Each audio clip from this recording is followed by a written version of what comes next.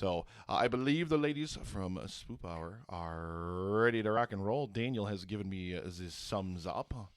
So let us open up the thingy here. Oh. There we go. Let them in. Hello, ladies. Hello. How are you today? Words. Words are so hard. Oh my god. How are you ladies today? We're great. It's okay. It's not live. We'll just edit it out in post. Save me a few pieces of it, Dan. Thank you. Before we get in, because you guys have a lot of fun stuff planned for us today, I know. So before we get into that, can you let us know a little bit about what Spoop Hour is all about? Sure. Well, first we have to start off a very specific way. So, hey, Sasha. Hey, Courtney. What kind of plant is most excited for this live stream for the Cure segment? I don't know. Which plant? Bam. Boo. That's right. It's Spoop Hour. Spoop Hour. We are a paranormal comedy podcast hosted by two Halloweenies, as you can see on your screen. This one's Courtney. This one's Sasha. We are on the internet at Spoop Hour on Twitter and Instagram. You can email us your firsthand ghost stories, pictures of your pets, anything spooky that's happened to you ever in your life, weird dreams you had, and that's spoophour@gmail.com. So find us on your local podcatchers. We find the humor in fear, basically. Yes. That's what we do. We laugh through the fear. We're scared all the time. All the time of everything. So, the only answer is to laugh. Yeah. So here we are. Yeah, I mean, especially these days, I don't think we can really do anything but. But ladies, you have a whole bunch of fun stuff planned for us today. So what have you got? What have you got in store for us? Well, first, we're going to be doing a sticker giveaway. If you donate during the segment, and if you are the highest dollar donor, or if you're the only person who donates, which is another fear of mine, don't worry about it. You will get the complete set of Chonky Cryptid stickers. Look how cute they are. Ooh. You got a jackalope, you got a Mothman, got a Chupacabra, and you got a Jersey Devil. We'll mail them to you along with a cute thank you card, some Spoop Hour stickers, and you'll have raised money for a good cause. Yep. But that's boring. Who cares? Let's do a game. Let's do a game. Love games.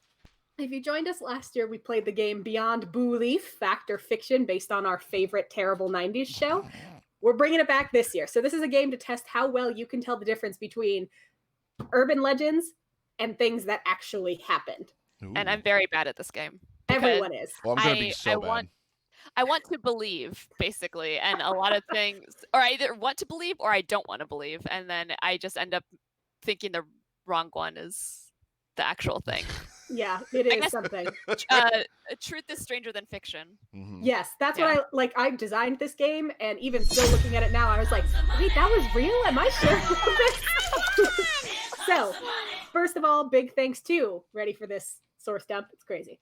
BuzzFeed, Business Insider, Newsweek, Wikipedia, our beloved, Snopes, BootlegBetty.com, super reputable, Washington Post, only in your state, Burrows of the Dead, Insider.com, HauntedJourneys.com, Urban Legends Online, Vermonter.com, Get Pocket, I'm not a proud woman, HistoryExtra.com, and WhatCulture.com.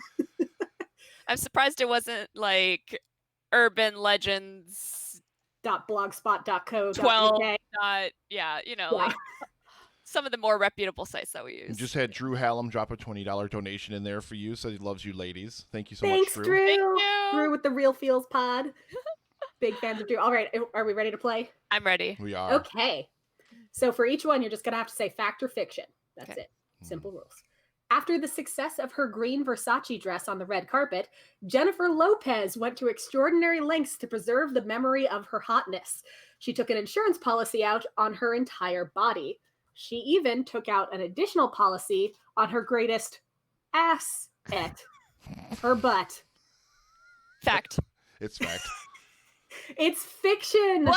I know. J-Lo, get that shit insured. I know. Like, if not now, then when?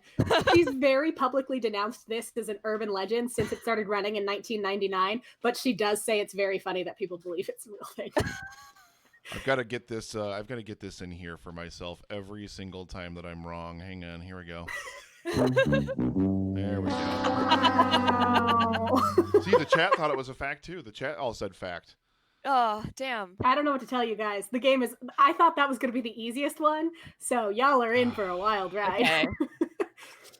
When the bodies of two men were found outside Rio de Janeiro on August 20th, 1966, the city was captivated. They were seemingly staged. The bodies were arranged next to each other wearing fancy suits, waterproof coats, and lead eye masks. The note found next to the bodies was full of odd instructions, and the autopsy did not reveal any injuries. The murders are still unsolved to this day. Fact or fiction? Fact. It is fact! This is the lead masks case, which is huge among conspiracy theorists because it's unsolved. We love unsolved cases. Leading theories include aliens, something called scientific spiritualism, and, of course, psychedelic drugs. Gotta love them. Gotta love the psychedelic drugs. Thank you very much, Alan from Interrupted Tales, for a $10 donation. You said, I want to believe. Yeah. Don't we all? I'm the skeptical one on our podcast, but I would like to believe. I just don't. In the early days of BlackBerries, the phone, not the fruit, Okay. a weird technology quirk that meant that if you dialed 999 and hung up before anyone picked up, your phone would charge a little bit. And for Americans in the chat, 999 is the UK version of 911. Fiction. Fact. Sasha has it. It's fiction. Oh. Let's hear it. Gonna hear that a lot the next hour. So this UK urban legend originated because BlackBerries would limit services in times of low battery to only allow calls to emergency services. So if your battery got low, it would restrict what you could use your phone for. Somehow that turned into a rumor that if you then called emergency services, your phone would magically charge. Obviously, that's not going to happen. The police had to do a whole campaign in the UK to get people to stop wasting emergency service resources. Because if you call emergency services and hang up, they have to call you back to make sure you're okay. Okay, yeah. And, emergencies. Right. So. Oh, also, I should warn you, my camera flashes green because my laptop's haunted. Nice. Okay. So if you see that, I'm not dying. It's just the ghost. It's just ghost in your ghost in the computer. It's like, shell. hey, I want to be on the live stream. Yeah, the I'll ghost do what in my I always computer's do. like, it's fiction. I'll just do what I always do. I'll just blame Justin. It's always usually Justin's fault. Thanks a lot, Justin. Yeah. In the late 80s, fire authorities in California found an unusual corpse in a tree while assessing damage from a wildfire. The deceased was a man wearing a wetsuit, dive tank, flippers, and a face mask. After an autopsy was performed, it was determined that the man died when he had been scooped up with nearby ocean water and dropped via helicopter to control the blaze. Fact or fiction? Somehow, I I feel like I've heard this one before, but I can't remember if it's real or not. It sounds like an episode of Pushing Daisies, honestly. Yeah, actually, it really does. Fiction. I'm going to say fact. It's fiction, Nick. You're killing me. No. We did get a $5 donation from Bridget, and she said, cheers from Ireland. Hi, Bridget. Yay. Yay. Hi, Bridget. Okay, so this is an urban legend, and it's been told as having occurred in either California or France. There is no record of it having actually happened, and it is likely physically impossible. So if you're a scuba diver, don't worry. The intakes for the water bombers that are used for wildfires, the biggest opening you'll get is about 1 foot in diameter, which is way too small for a human being to get sucked up into. So don't worry. But animals could. I mean, yes, fish could. Yes, fish could. Sorry, fish. Womp. Fashion restrictions led to bloodshed in the early 20th century. Every year, men were pressured to ditch their straw hats of summer for more distinguished felt hats. In 1922, riots broke out and thousands were injured as a result of the right to wear whatever hat you wanted. Fact or fiction? Fiction. That sounds fake. It's fact, you guys. The straw hat riots were a real thing that happened. So Melissa from Brook Reading said she's going to donate again, and her girlfriend just subscribed to Spoop Hour from listening to their spot here. She loves all things spooky and thinks you two are really cool. Oh, thank you. We think you're cool. And I hope you knew that. What's crazy, this is my favorite fact about the straw hat riots. Sure. The way they would shame you if you wore a straw hat after like Labor Day is they would take it off your head, throw it on the ground, and stomp on it. Oh yeah, because you can't brace it. What the hell do you think you're doing, you straw hat monster? A flight from Scandinavia to the United States had to make an emergency landing. And Sasha, I picked this one with you in mind. Okay. It had to make an emergency landing when a woman managed to get stuck to the toilet due to an ill-timed high-pressure vacuum flush. The woman filed a complaint with Scandinavian Airlines System after the rescue crew and ground technicians had removed her from the toilet. Fact or fiction? I want this to be real so badly. It sounds horrible for her, but I just need it to be real. Fact. Yeah, I'm the same way. I really need this to be true. Fact. You're both terrible at this game. It's Oh, fiction. damn. Oh my. I told you. But you This thought of it story- because it's toilet. Yeah, I saw the toilet and I was like, well, this is going in the game. The game. It originated in January 2002 and is likely the result of an airline exercise with the crew. So it's like, what do you do if an emergency happens? Like, say, a woman gets stuck to the toilet. But it's called the Sky Toilet Incident, and it's lived on in digital urban legend. So it's the kind of thing you're going to get an email forward from your grandma about. Thank you very much, Melissa from Brook Reading, for a $10 donation. Thank you. Thank Melissa. you. Police made a grisly discovery upon stopping a couple near the England-Wales border. The two were carrying a suitcase. Upon searching the suitcase, they discovered human remains zipped into the bag. Fact or fiction? Fact. Fact. It is true. This happened a mere 3 weeks ago. Sasha, we did it. Wait, we did it, but We did it was it. 3 weeks ago? It was 3 weeks ago. Wow. Yeah, the couple were in their, I want to say their late 20s, and they had a dead body in a suitcase, like you do. I don't like that. You shouldn't. In 2020, like, May 2020, I think it was on the 7th or 8th, somewhere around there. One of my murder groups posted it, and I was like, well, I know where this is going. Don't worry about me being in murder groups. It's fine. In 1841, 3 men were put on trial for the murder of their friend. Purportedly, their friend was very wealthy, and the brothers were accused of having murdered him to obtain his money. But the trial came to a grinding halt when an unexpected witness appeared. The murder victim, who wasn't actually dead. Fact or fiction? fact. I want this to be real. I'm going to say fiction. Nick, come on, it's fact. Oh, damn. You ready for the fakest sounding true part of this story? Defense attorney was young Abraham Lincoln. Oh, Ooh. wow. Yeah, so it's the tale of the Traylor brothers and Archibald Fisher. So look that up. It's crazy. I really for him. enjoyed Young Adventures of Abraham Lincoln. A chance meeting with an opera singer turned into inspiration for a factory worker and German immigrant living in New York City in 1912. When the two talked women's undergarments, like you do, the man applied his factory know-how, and thus the bra was pioneered by a man named Otto Titzlinger. Fiction. I also believe that's fiction, yes. It is fiction. Yay! Yay! This came from an old-timey collection of like comedic essays. The guy who invented the modern bra did not have Titzlinger in his name. He really should have, though. Like, that should have What a been... good Realistically. Yeah. Titzlinger. And the story was like super believable. Allegedly, the opera singer was like, I hate wearing corsets because it makes it hard to do opera singing because I need to breathe. And he was like, I know what to do. And he made a bra. You know. As you do. As you do. I invent the bra at Titzlinger. least 3 times a week. Titzlinger. Legally changing my name.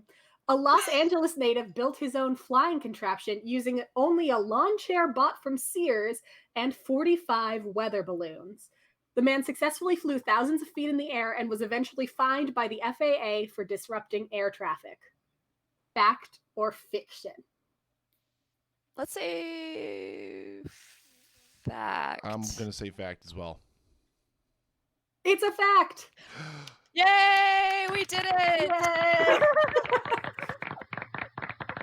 This real-life Up starred Larry Walters, who was 33 and a Vietnam War vet. He had wanted to fly to his home in the Mojave Desert in his lawn chair. Awesome. He got up so high, too, because like he got to like air traffic levels, which is why the FAA got involved. Can you even imagine being up that high in a lawn chair? Yeah, no, that's what's scary is when I like it occurred to me like, oh, in a lawn chair. Like I fall out of lawn chairs on the ground. Like my family had the ones growing up that had those like plastic lines. Yeah. Oh, And yeah. your butt gets stuck in them because the line things separate, and then you're like, oh no, I'm trapped. Now imagine you're 30,000 feet off the That's so Oh, high. ground. People. God.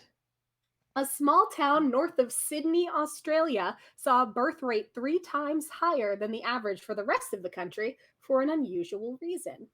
The small town was on the route of a major railway, and the overnight mail train always stopped at the same time, 4 a.m., meaning that every day at 4 a.m., the train would sound its whistle. The townspeople felt that this was too early to get up and too late to go back to sleep, so they found other ways to occupy themselves. And thus, baby boom. Fact or fiction? I mean, I'll always vote fact for just sexual escapades. For hanky-panky. Yeah, I'll say fact, though it sounds very outlandish. It's fiction, but Aw, it is damn. my new favorite urban legend. It's too early to be awake, too Late to go back to sleep. What do you want to do? Both of my roommates came down while I was doing this game, and I was like, you guys, have you heard about this? Anyway, there are variations on this story. My favorite one is set in New England, where it's not a train, but a steamship that has the terrible foghorn on boats. Oh, my. Oh, it's like, well, I guess we got a bone. But it is partially based on other rumors that are linked to a factual event, which is the Northeast blackout of 1965. But there's no actual reported evidence of there being a baby boom after that. People were just like, well, it was dark, so we assume they boned. They didn't have the internet. What else are we going to do? Right. Oh, my. My God. Procter & Gamble landed in hot water when their Moon and Stars logo was found to bear a striking similarity to a satanic symbol. But when confronted with the evidence, the president of P&G refused to redesign the packaging. On a morning show, he said that, quote, there are not enough Christians in the U.S. to make a difference. Fact or fiction? Oh God, I don't know. I'm like actually throwing me for a loop. Fiction. Fact. Nick, you did it! It's fiction! I won! Yay! Yay!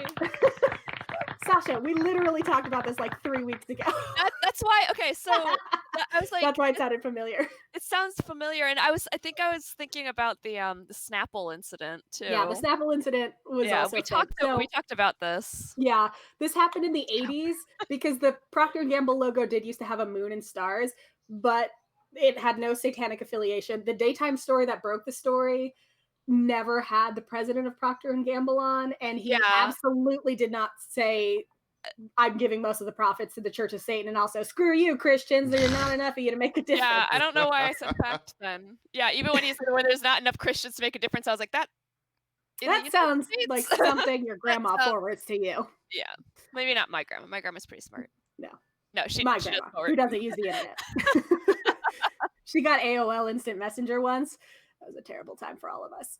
When American Airlines Flight 587 crashed in New York, not one, but both of New Jersey's winning Pick 3 lottery combinations featured the numbers 5, 8, and 7. Fact or fiction? Fiction. Fact. It is fact. Nick is crushing you, Sasha. Wow. Nick is the new host. Sorry, I'm firing you again. Fine. You fired me before. I've always made my way back. It's just a super weird coincidence, but the winning numbers that day were 587 and 578. Interesting. Towards the end of the Cold War, Mao Zedong offered an unusual gesture of friendliness to then National Security Advisor Henry Kissinger. The two were talking trade agreements when Mao offered to give the United States 10 million women as a gift. Fact or fiction? 10 million. Fiction. 10 million women? 10 million women. Fiction. Fiction. It's fact. What the fuck? I know. I hate it. Oh, no. That's the noise my soul made when I read this, because I was like, this has to be some like Red Scare bullshit. No. It was casual misogyny during trade agreements. Kissinger reportedly said back, we will have to study it. Ha ha ha ha ha.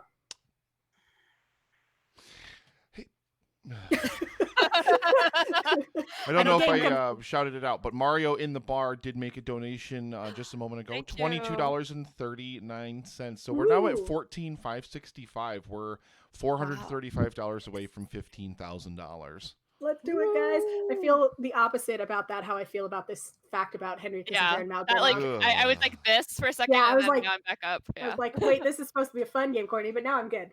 Yeah. Let's do this.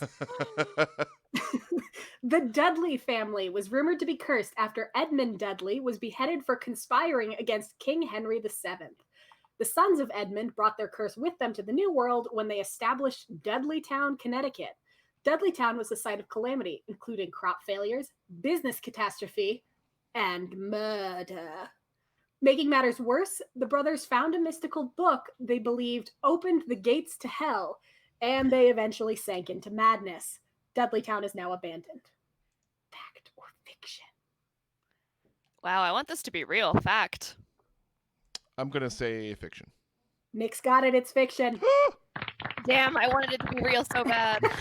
Dudleytown does have a spooky reputation and it is a real place. So Okay. in a way it's true, but the spooky reputation is founded on a dubious connection because the Dudleys who founded Dudleytown are not the same Dudleys who got beheaded by King Henry VII. Okay. Most likely what doomed the town was that the soil was not suited for agriculture, so of course your crops are going to fail, Sure. and it was far away from clean drinking water, which you need to survive.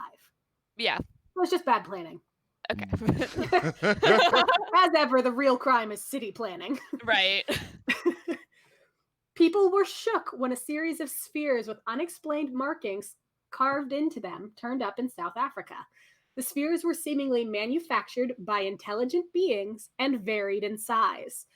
The carvings were different on each sphere, prompting speculation that they had an out-of-this-world origin.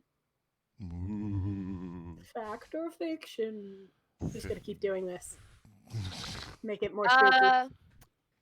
Fiction. I'm going to also say fiction. It's fact. I told you. Sasha has known. I've been talking for weeks about how in doing this game, I was like, what the fuck is happening out Well, there? How is yeah. this real? So these are called the Klerksdorp spheres, which sounds like a made-up name, but it's genuine. They're the Klerksdorp spheres. And they have ufologists saying they're from aliens. And like you can look at pictures of them online. They're perfectly round things that have like elaborate carvings. But it's actually the result of just like a weird thing that naturally occurs with geology called concretions. And I read the Wikipedia page for concretions, and that's all I can say about it. It's something about like the way it gets compressed or whatever. It creates like these lines, and then like stuff breaks, and then like it gets round because of magic or something. And then Because of magic. Yeah. Magic. Wikipedia geologists agree. It's magic. Geologists. 4 out of 5 geologists agree. These balls are magic. We had a $30 donation from Maca68. Thank you so much for the donation. Thank you. Nobody's donating Awesome. 10 million women, though. Which is what we really want. Not yet. That's true. We'll see. The ghost of Mao Zedong is like, you rang? I don't know why he's like British in the afterlife, but here we are. I don't know how I'm going to collect them if they donate them, though. So I Oh, don't that's know. true. It's probably like fairy gold, where like the next day it disappears, and if you like touch it to iron, it's like Yeah. fairy gold. Anyway, Lake Lanier in Georgia earned a spooky reputation due to a disproportionately high frequency of boating accidents and even mysterious murders. There's even rumors of a ghostly presence and an evil catfish that drowns divers and eats dogs. Those are just rumors. All of these are linked to the lake's origins. During its construction, families and cemeteries were displaced. Fact or fiction? I'm going to say fact. I'm going to say fact. This is cool. It's spooky. I agree. I think it's fact. It's fiction. Damn. Oh, I was like, no. I could envision like people and cemeteries and stuff being like pushed out of the way for like a vacation spot. Yeah. Well, part of it is, I should give you guys partial credit. It is Okay. a man-made lake, and it did displace a cemetery, but it probably isn't actually like cursed or anything. The high number of boating accidents and mysterious murders. People drink when they boat.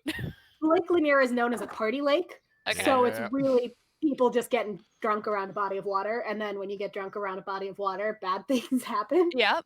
Don't drink and boat. It's a simple rule. It's like another motor vehicle. Mhm. Don't But do it's it. one on a big body of water where you could drown and bad Yeah. things can happen to you. Also, I love that it's called a party lake. A lot of sources, I read like 3 sources that called it a party lake. Party lake. I was like, oh. When the mayor of Stoll, Kansas was murdered in the 1850s, so kicking it old school, the town fell into chaos. The evangelical Emmanuel Church was taken over by the devil, heavy air quotes, and Satanists. Satan himself was regularly sighted within city limits, and townspeople regularly lost their memory for no discernible reason, earning the town its reputation as the gateway to hell. The Pope even adjusted his flight path after a trip to Colorado so he wouldn't fly over the cursed ground. Oh no. Fact or fiction?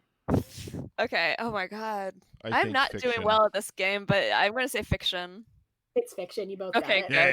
Yeah. No, I was like, if this is real, Too much devil talk for it to be real. was like, I'll quit. You ready for what's the best part about this story? It started in a 1974 edition of the University of Kansas's newspaper. So it was just college kids writing a spooky story. And then it got blown up College kids. into this whole satanic urban legend because college kids were probably around Halloween like, this will be funny. Then let's go down to the party lake and kick it. But still never even had a mayor because it's a town and you don't get mayors in town or something like that. I think they had a governor, but they didn't have a mayor. Those Something. damn kids. They're like a little council, town council. Standing on my lawn saying they see Satan every time. When a strange woman showed up in the village of Almondsbury in southwest England, locals were transfixed. She spoke an unrecognizable language and was dressed in dusty and well-used clothes. Weeks later, she was identified as a lost princess who had been kidnapped by pirates before escaping. But then there was yet another twist. She wasn't a lost princess, but a servant masquerading as a lost princess to stick it to the aristocracy. Fact or fiction? Please be real. I think fact. Yeah. When you said mysterious woman into a small town, I was like, I mean, whom's among us hasn't been like the strange woman who's walked into a town? Yeah, I want this to be real. Fact? Fact, we stand a legend. Yay! No class war. This happened in the 1800s, and the successful bamboozling was perpetrated by Mary Baker, a cobbler's daughter. So this is one of the stories I got from Pocket, and like usually Pocket doesn't get my goat, but I saw like a lost princess in the 1800s, and I'm like, don't mind if I do. Listening. And then like, so the reason why she got found out, so she was speaking gobbledygook, like just making shit up. People were like, I don't know what language this is. And they were like, we can't understand you. Well, what makes it crazy and why they eventually believed that she was a princess was a sailor verified her identity. And he was like, this is a lost princess that I've heard about. And I think he was Portuguese. So he's like, she's speaking Portuguese. She wasn't.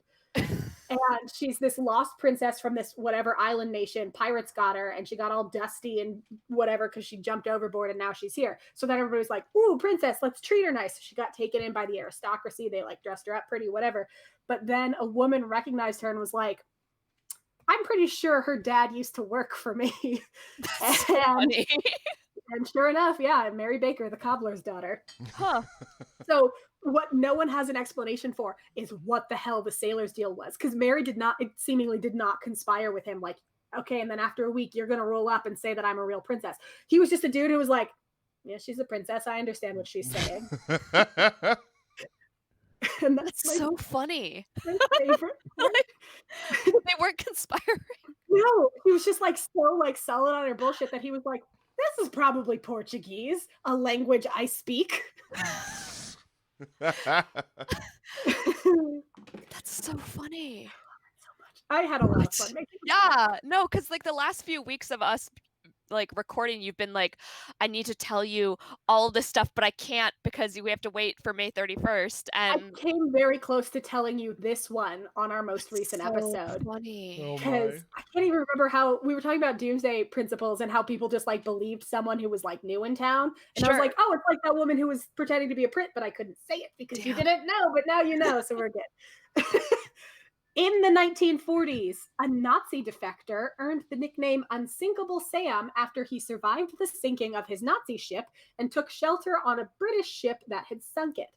Later in the war, that British ship sank, but once again, Unsinkable Sam survived. Finally, he was deployed on yet another British ship, which also sank, but Unsinkable Sam survived again. Best part? Unsinkable Sam was a cat. Fact or fiction?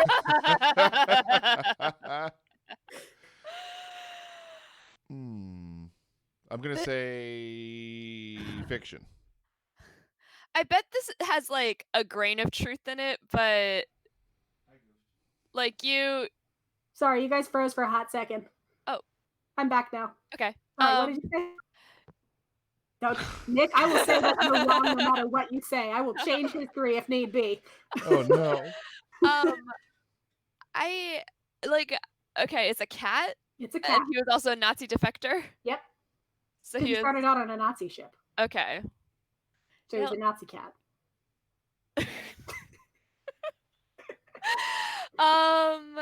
Let's say fact.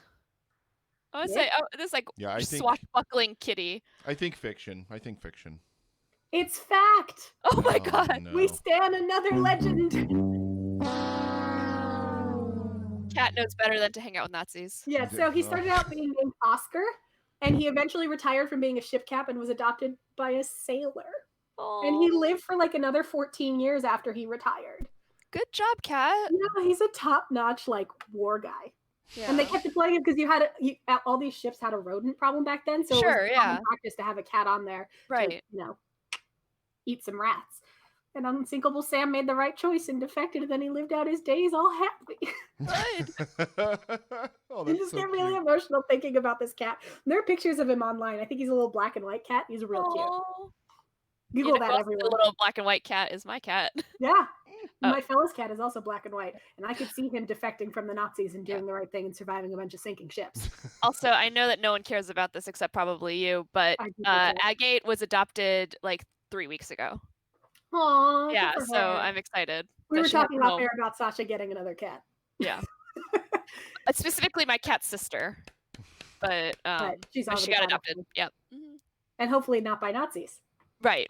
I mean, hopefully. That's all we can hope for. If not, she can always defect, and then the British will take her in. I'll find her. I'll pick her up. Yeah.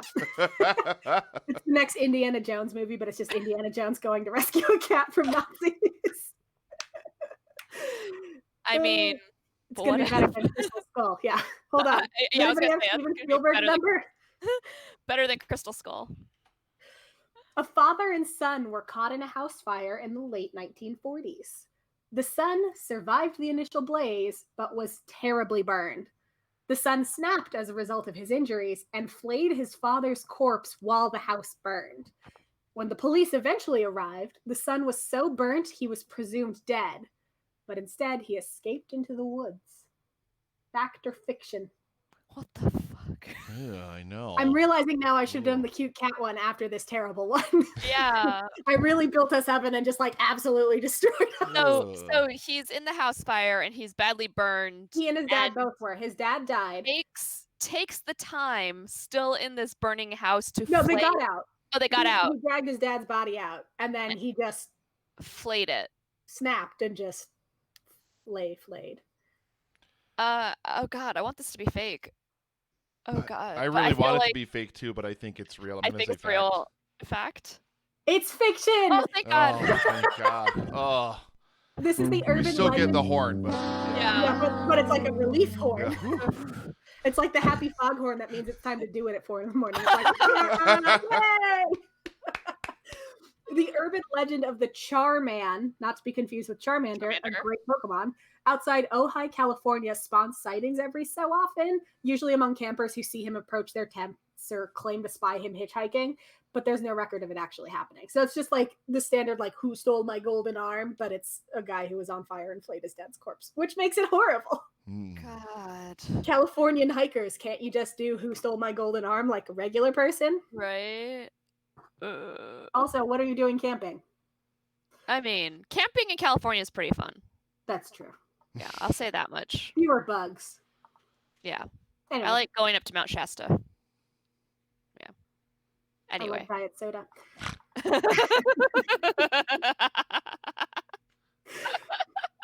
Move over, Black Death. For around a year in the 6th century, Europe went dark. An apocalyptic dust cloud swept the continent after a volcanic eruption triggered massive storms.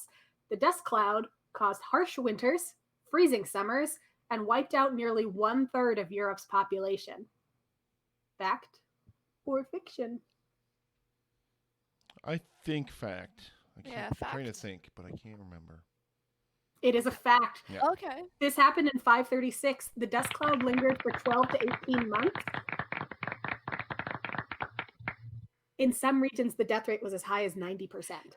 Do you remember when we recorded our Doomsday episode last week and Yes. I said sometime in the 100s? Yes. When you said 536, I was like, that's not not real. a real year. This is another thing I almost talked about on accident. Yeah. Because, like, you were talking about a cloud, and I was like, well, there was that cloud that made Europe dark for a year, but I couldn't say Couldn't because say I that. didn't know it was real. Yeah. That was a It's good so episode. hard to talk to you sometimes, I swear. Yeah. Here's a good place to air our beef. Right? Got a lot of problems with you people. Rumors of Very hauntings at Nebraska's Centennial Hall have a grim origin. In 1944, a student at the high school suddenly died. Initial reports guessed that she had a heart attack, but then an autopsy was performed, and she was found to have been poisoned. The investigation, yes. You ready for the crazy part? The investigation eventually led to one source, the girl's clarinet reed, which had been soaked in the stuff. The culprit was never found. Fact or fiction? Yo, that's so mean. You soaked someone's reed in poison. Rude. Reeds are gross enough to begin with. Brass instruments all the way. But, you know. Can't you just soaking give in them your poison. women like a normal person? I know. Be like, let's be friends. I have 10 million women. You have a clarinet. Let's make something happen here. I'm going to say fact. Yeah, I want to say fact. Is it fiction? She's looking Pause at. for dramatic effect while I drank something. It's fiction. Oh, damn. I was hoping Nebraska had something spooky. It is rumored to be haunted. Like, Centennial Hall is a haunted place that used to be a high school, but there isn't any historical record of a girl dying via poisoned clarinet reed there. Is it kind of like how Wilson Hall was always purported to be haunted, but there's like no record of, yeah. It's just something where people are like, oh, that's totally haunted. And it's like, well, the person who was supposed to have died there doesn't actually exist. Yeah. So It's like is it still haunted, or do we just like spooky things? It's spooky when it's nighttime, so ergo it's haunted. Yeah. Wilson Hall was at our college. Yeah, and it's like the main did building. Have haunted vibes. It does, yeah. But It it's definitely old does. and the bathrooms are really narrow. Yeah. Yeah. I mean, I saw a bunny man outside of it my freshman year. Like just a man dressed up as a rabbit. It was not Halloween, for the record. It was not Halloween. It was a man dressed up in a rabbit, and the paw was like bandaged up and bloody. I love it. Had to take like a detour around the building. Sasha, there was no man there. There haven't been bloody men missing legs here in 4,000 years. Oh my. Texas was plagued by child disappearances in the early 1900s, like literally everywhere else. The culprit came to be known as the Candy Lady. Someone would leave candy on children's windows and lure them out with a note promising more candy, and each note was signed, with love, the Candy Lady. Ooh, a piece of candy. I know, right? Let's go see. What's her deal? Anybody have her number? We'll call her up. Eventually, a farmer found rotten baby teeth in a candy wrapper at the edge of one of his fields. When the police investigated, they found the body of a young boy whose pockets were filled with candy. Fact or fiction? Fiction. I'm also going to say fiction. Yeah, it's fiction. Oh, Okay. thank God. That's just... ugh. Clapping. No rotting baby teeth No here. rotting no dead babies. No dead No babies. dead children. No creepy women who like, I'll have more candy for you later. Yeah, I have evidence that this is fake out in my van with a bunch of candy if you guys want to come. And there's puppies there. It's really fun. Now, this is a pervasive urban legend in Texas, but I did a lot of digging because there was at least one source that was like, this is totally real, but it may have been bootlegbetty.com. And I was like, I'm sorry, Bootleg Betty. I can't trust you on this. So there's no historical record of children actively disappearing, but Sure. there is a candy store in New Mexico called the Candy Lady. So Okay. when you Google the Candy Lady, mostly you get like, do you want to order some fudge from New Mexico? You can. This I has kind of been want to. Yeah. sponsored by Candy Lady of New Mexico. Today's sponsor is Candy Lady. She looks really nice. There's like news articles about her, and she's like standing outside her store like, I make candy and I kidnap children. No, she's not like that. Please don't She's sue me, gonna Candy sue us. Lady. You were so kind to sponsor us today. Pay us in candy. I love fudge. Oh, fudge. In the 1920s, the US government took drastic steps to deter Americans from violating prohibition. In the face of people stealing industrial alcohol, the wound disinfectant kind, the feds started poisoning its reserves of alcohol. That way, any thieves would quickly learn their lesson. And sure enough, they did. Thousands of people died before Prohibition was repealed as a result of the poisoned alcohol stash. Fact or fiction? I want to say fiction, and if anyone died during Prohibition, it was because they tried to make alcohol and they did it wrong. I'm going to say fiction as well. You're both wrong. That's a What? real Oh, thing that the no. US government did. I mean, okay. This I came guess to be I can't- known as the Chemists War of Prohibition, and nearly 10,000 people died of poisoned alcohol by 1933. That's messed Wow. up. But I Ugh. guess, yeah, the government has done some pretty fucked up shit in the past. Yeah, not great. Not great. Just Not let a them great steal look. your industrial alcohol. Just make more. It's not that hard. It's not like you're drinking it. Jeez. Yeah, I was like, this is fake, right? And BuzzFeed was like, oh, you sweet summer child. Damn. Oh, my Lord. Cryogenics. Oh, sorry. We're still Sorry, I'm processing like, the poison oh, alcohol, and I'm like, no. let's go. Let's forget that Okay, happened. cryogenics. Cryogenics. Let's do it. Could afford to take a page out of Vermont's books. In the late 1880s, during a particularly rough winter, a poor family could not afford to feed and clothe everyone in the family. They made the hard and frankly gross choice to yeet the oldest members of the family into the woods, where they promptly froze. But when spring rolled around, the elders miraculously thawed. Stranger still, they had survived. Fact or fiction? So I'm going to say fiction. However, I know that at least in Japan, and I'm sure in America and other countries in the older times, that, yeah, yeeting your grandparents into the woods was not an uncommon thing. I'm also going to say fiction. It's fiction. They did Yeah, no yeeting. they This can't. would, Oh, thank you. I put in my notes, obviously this would just kill people. Please don't Yeah, I was yeet like, your you elders. can't call them out, but I No. know that people do yeet, or maybe not now, but did yeet the old and the Yeah, it's younger. entirely possible they yeeted the elders. Yeah, The elders were not okay though. no, they weren't. Oh God. Who would be? A couple hit it big while out walking their dog. While on a remote stretch of their property in California, they found an unidentified hoard of gold coins. Upon assessment, the coins were found to be worth in excess of $10 million, and the couple became millionaires overnight. Ready for even more excitement? Sure. The gold was rumored to be the result of an early 1900s heist from the San Francisco Mint. Interesting. Fact or fiction? So while I process Gonna this, when you make were it rain saying while you an process. unidentified hoard, I thought you were going to say unidentified horse. I was like, what? They literally hit it big because horses are so big. Horses are so big and unidentifiable. It's like a man walks into a bar and says ouch. A couple Ouch. walked into a horse and says ouch. What it was? Did you give us a year, a time frame? No, the heist was in the early 1900s. I did not give you a time frame on the couple. This sounds fun. Can let's say real fact. Yeah, I want it to be true. Fact. It is true.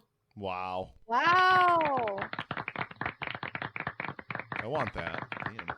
So this is called the Saddle Ridge Hoard. And the couple is known only as John and Mary because they found it on their property and they were afraid that if they came forward and they were like, it's us, John and Mary Billingsham, their property would just be swarmed by treasure hunters, which makes sense because you find a gold coin hoard, everybody's going to want a piece of it. Right. So they ended up selling most of their so-called hoard through Amazon's collectibles store, and it was the first major sale of coins made through that medium.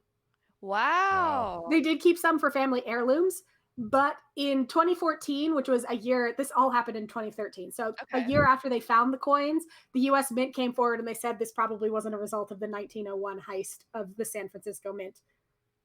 Interesting. Yeah, because the coins were all of different denominations. And the Mint was like, if it had been us, it would have all been like the same, like $20 coins all the way through, but it was a bunch of different ones. But also Saddle Ridge Hoard, not the Saddle Ridge Horse. No, but saddles, good call. Horses do go with saddles. That's so okay. I didn't realize that was so recent too. I know. I'm like, how did I not hear about it? I love people finding treasure in places that you don't expect treasure. I also love people finding dead bodies where you don't expect to find dead bodies. That story sounds like your great grandma who had the dream about the gold buried in the backyard. My great grandma's cousin. So my great grandma was a super religious woman. Basically raised that side of the family in the town from Footloose. Like literally, we're not allowed to dance, go to movies, whatever. But her cousin, when her husband died abruptly, and it was back in the day with the Great Depression where nobody trusted the banks, and he had buried a bunch of money, and she was like, well, I'm never going to find this. But that night she had a dream, and she dreamt that her husband came back, grabbed her arm, and led her out to the backyard and pointed at a spot. And the next day she woke up, she went out to that spot, she dug, sure enough, found all his money.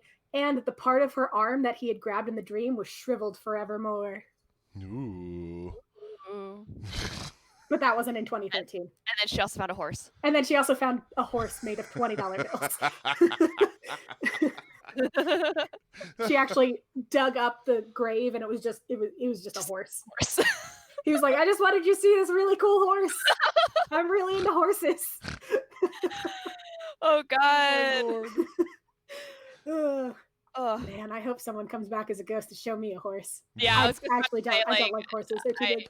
They are too big, but I was gonna say, if one of us goes first, we're showing each other a horse. We have an agreement. If one of us dies before the other one, they come back to prove that ghosts are real. Because for me, that'll be a big deal because I don't believe in ghosts. For Sasha, she'll be like, I told you. But now part 2 of that is, I'm back. Now let's go look at some horses. All right, you ready for the next one? Yes.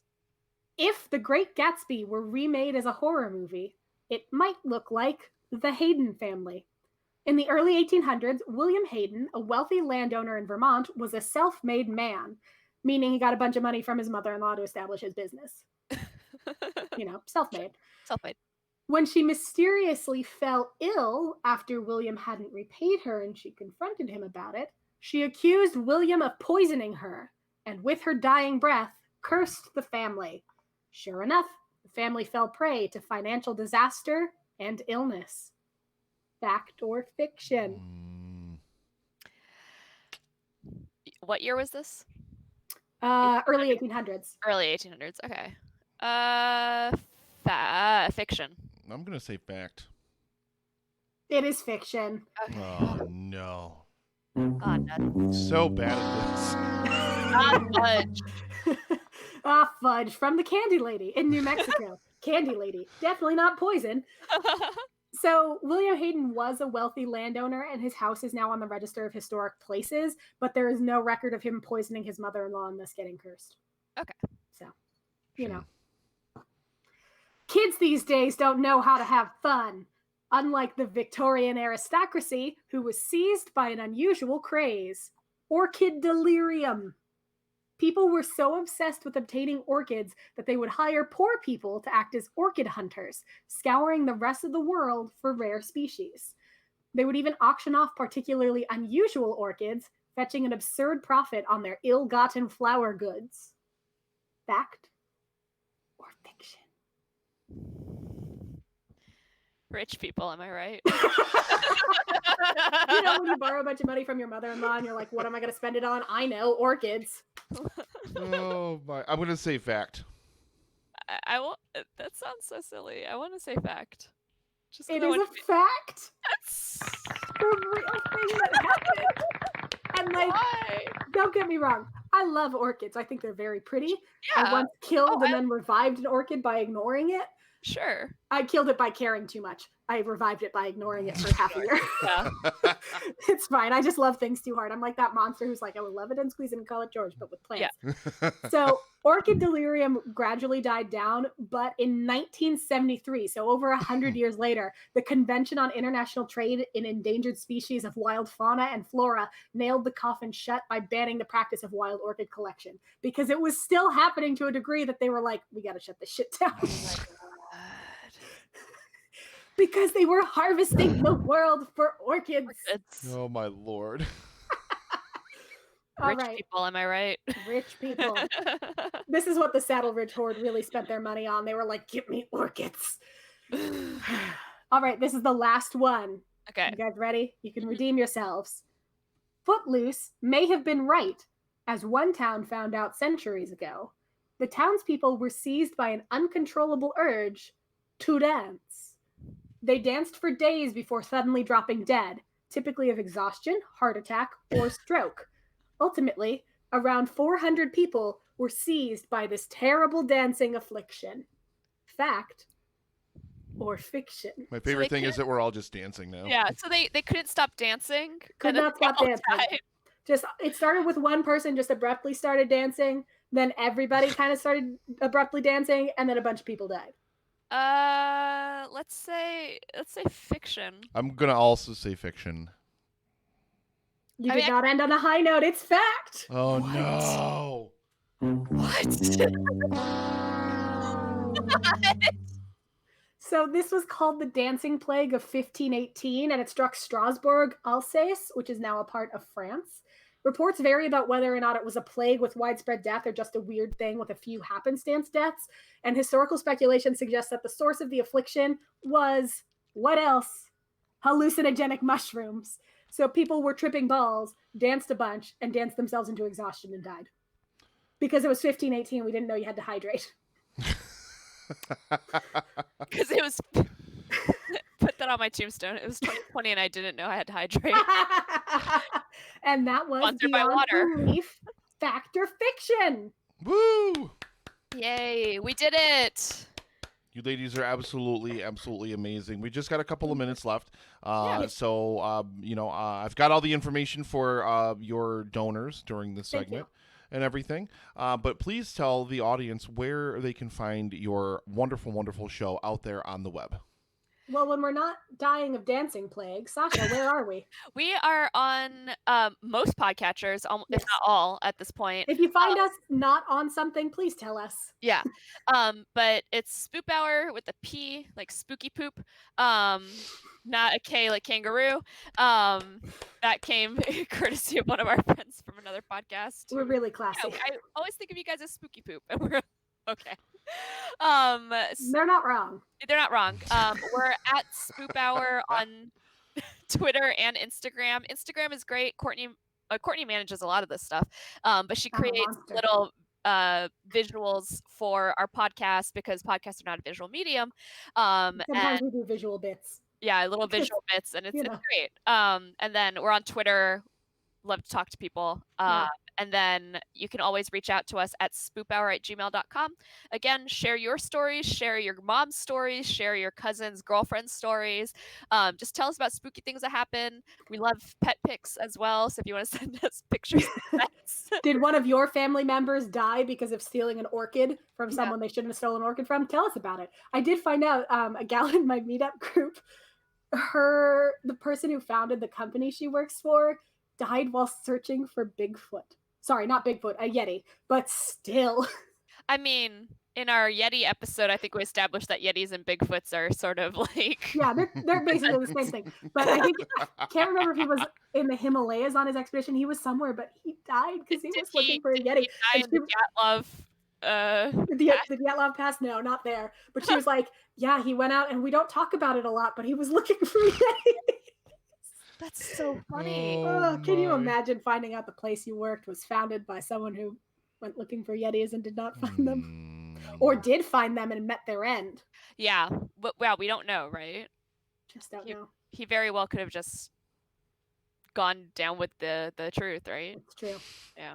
Anyway, if you want to check us out, I did have another quick game that was going to be for today, but since we're out of time, come to Spoop Hour. We'll probably do that one on a future episode. Yeah. And you can hear me terribly mispronounce Irish things. I'm so sorry. It was the featured creature game? Yes. So it's called a featured creature where I do a monologue as a cryptid. And she makes me guess what it is. Yeah. And I'm always very bad at it, so she gives me clues to pronounce it phonetically, and then I just very slowly pronounce it with a question mark at the end. The best one. Oh, you got it! The best one was when I said, it's the dancing tree from Marvel, and Sasha goes, Groot, and I go, and it's another word meaning regional dialect, and Sasha goes, y'all. And that was, of course, the mythic monster Groot, y'all. Oh my. There's actually Groot slang, which lives in caves in, I want to say, South Africa. Yeah. Yeah, but it eats stuff. It's just like a big-ass snake. You know. Groot slang. Not Groot. Anyway. You ladies are absolutely wonderful. So the top donor during your segment was Maka68. Hey! So congratulations. You're going to get all of the wonderful swag the ladies here are going to send to you. Plus, you're going to get some EFG stickers and magnets as well. So we're going to send that stuff out to you. And don't forget, everybody out there that's watching, anybody that donates today will be entered to win this Amazon Echo Auto thing. It's a little Amazon Alexa Echo thing for your car. So from a friend. Anybody that donates today will be entered to win that. Courtney, Sasha, you two are amazing. Thank you so much for being here again for Livestream for the Cure. Thanks for having love you guys. Us. This was fun. We love doing this. Thanks for having us again. Thank you guys. You guys have a wonderful day. You too. Bye. Thank you. Let's just dance until we die. Sasha already died. Oh no, I'm dying. Ladies and gentlemen, we are going to be joined by Paul from the Countdown in short order, as well as our very own executive producer, Brennick.